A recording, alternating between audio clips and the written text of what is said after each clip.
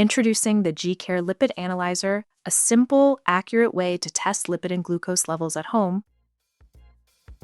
Your package contains the analyzer, lancing device, and lancet, 4 AAA batteries, user manual, quick guide, and pouch. To perform a test, you will need lipid profile strips pack or the glucose test strips pack.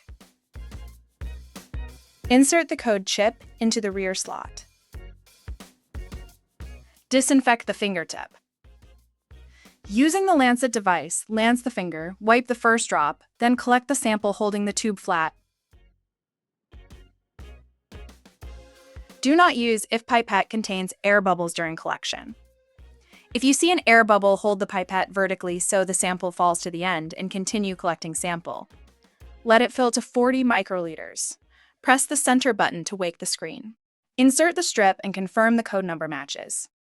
Open the cover and gently drop cast the sample onto the strip. Avoid touching it or creating bubbles. Close the cover and wait 150 seconds. Your results will appear on the screen. Use the button to check each item. When finished, remove the strip and wipe the analyzer clean and put away.